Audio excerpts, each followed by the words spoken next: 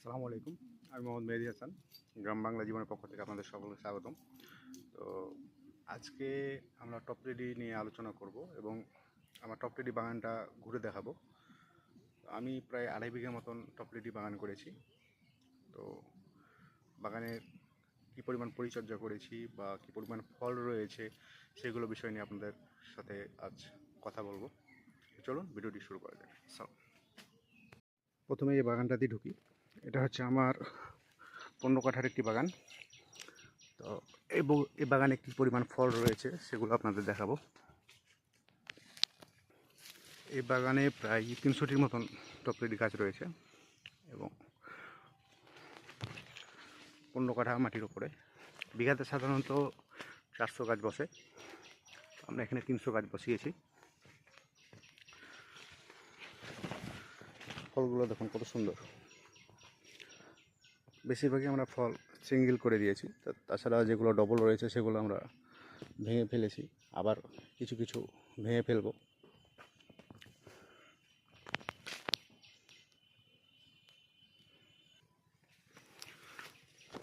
আমার এই ফলগুলোর ওজন প্রায় হাফ কেজির ওপরে হয়ে গেছে, আর যেগুলো ডবল রেখেছি এগুলো কিন্তু ওজন একটু কম হবে। তো চেষ্টা করবেন সব সময় ফলগুলো সিঙ্গেল করে রাখলে ফলগুলো অনেক বড় হবে। যেমন এখানে 2টা রয়েছে, এটা যদি ভেঙে ফেলতাম তাহলে এই ফলটা আরও বড় হতো। এই গাছটা ভেঙে গেছে, গাছটা বাতাসে ভেঙে গেছে। প্রায় এখানে 8টা থেকে 9টা গাছ মতন ভেঙে পড়েছে।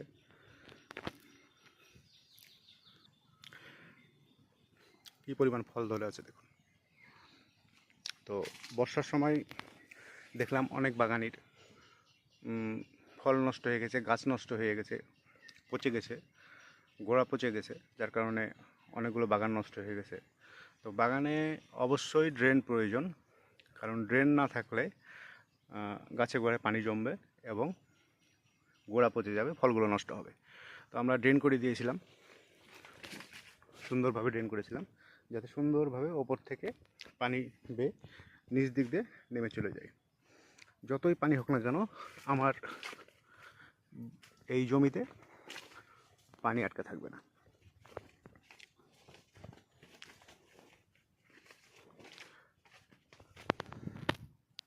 তো কী পরিমাণ ফল আছে দেখুন। আসলে টপটেটি ফল দেখলে মনটা ভরে যায়।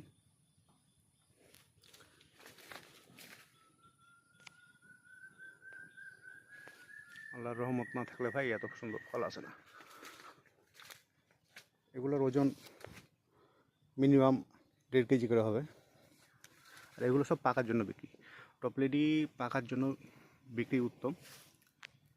তো আমি 4 জায়গায় পেঁপে গাছ লাগিয়েছি,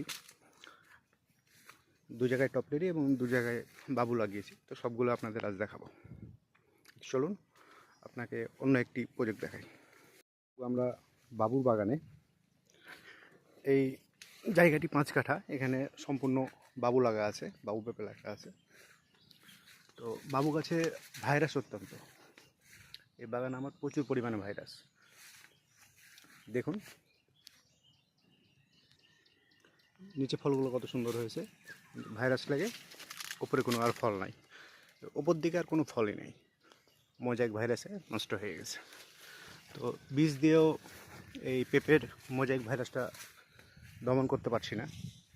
পাতাগুলো দেখুন অনেক কোঁকড়ানো হয়ে গেছে, মুজগুলো নষ্ট হওয়ার পথে, পেঁপেই নাই, সব একই সমস্যা। নিচে ফলন আছে, উপর দিকে কোনো ফলন নেই। তো এই 5 কাঠা জমিতে আমি প্রায় 120টি মতন গাছ লাগিয়েছিলাম বাবু। তো মোটামুটি ফল আছে নিচে, শুধু ওপরে কোনো ফল নাই।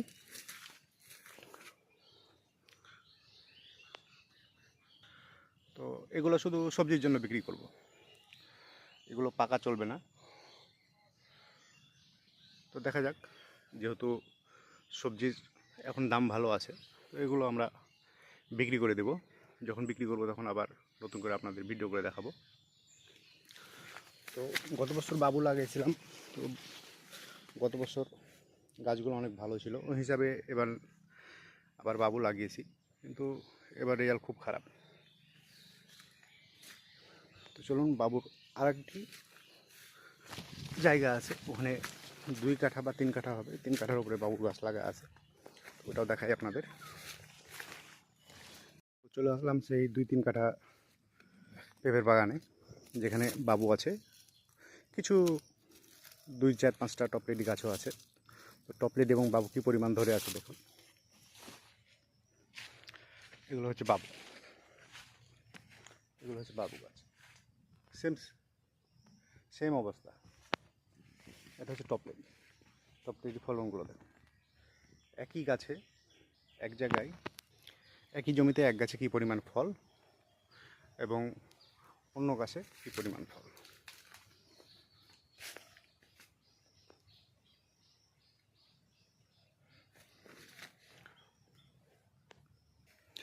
তো সামনে আর জীবনেও বাবু পেঁপে বা অন্য কোনো জাত লাগাবো না যেগুলোতে ভাইরাস আক্রান্ত হয়। বাবু গাছে লাগিয়েছিলাম একটি কারণে, কারণ এই গাছটি ফলটি দেখুন অসাধারণ। আর এগুলো প্রায় 2 কেজি 3 কেজি পর্যন্ত ওজন হবে এগুলো। এই জন্যই বাবু পেঁপেটা লাগিয়েছিলাম, যে ওজনটা অনেক বেশি হয়। তো চলুন, আমার যে 27 কাঠা জমির উপরে যে মিশ্র ফলের বাগান রয়েছে, সে বাগানেও পেঁপে লাগা আছে, 300 পিস মতন লাগা আছে। তো চলুন ওটা দেখাই। আমার সেই মিশ্র ফলের বাগানে, এই বাগানে আম, কমলা এবং পেঁপে 3টা জাতি রয়েছে, 3 রকম ফসল রয়েছে। তো এটা নিয়ে ফুল ভিডিও, এই বাগানটা, মিশ্র ফলের বাগানটা ফুল ভিডিও একটা করব। তো আজকে শুধু পেঁপেই দেখাই আপনাদের, যেহেতু আজকে পেঁপে নিয়ে ভিডিও চলতেছে। তো পেঁপে গাছগুলোর গোড়াগুলো আমরা পরিষ্কার করে নিয়েছি, আপনারা হয়তো বা শর্ট ভিডিওতে দেখে থাকবেন। গাছগুলো পরিষ্কার করে নিয়েছিলাম। তারপর অতিরিক্ত ঘাস ছিল এই জমিতে, অতিরিক্ত ঘাসগুলো আমরা ঘাস মারা বীজ দিয়ে কালকে স্প্রে করেছি। ঘাসগুলো মরতে লেগেছে এবং বাগানটি অনেক সুন্দর হয়ে যাবে, এখন দেখতে ভালো লাগবে। এটা ছিল পুরাতন গাছ, পুরাতন গাছে কী পরিমাণ পেঁপে আছে দেখুন।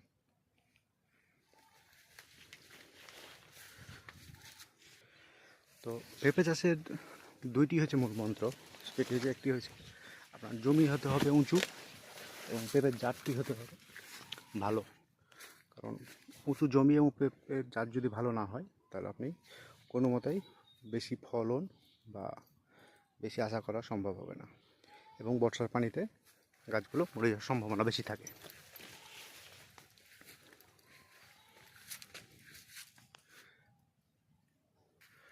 তো কী পরিমাণ ফল আছে দেখুন, দেখলে আসলে মনটা ভরে যাবে। কত ফল!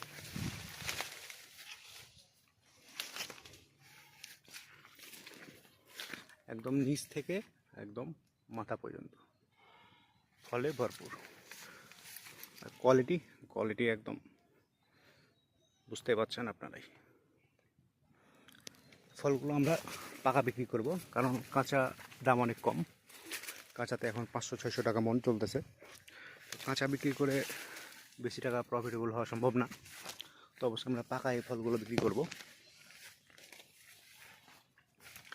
পাকা এই ফল মিনিমাম 1 থেকে 1,500 টাকা বিক্রি করতে পারবো মন হিসাবে।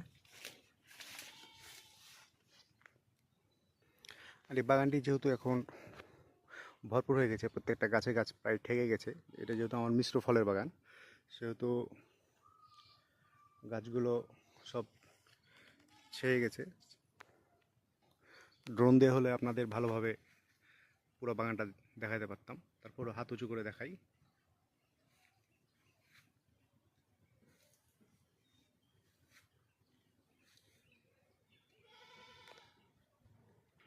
তো পরবর্তীতে আম এবং কমলা নিয়ে ভিডিও নিয়ে আসবো।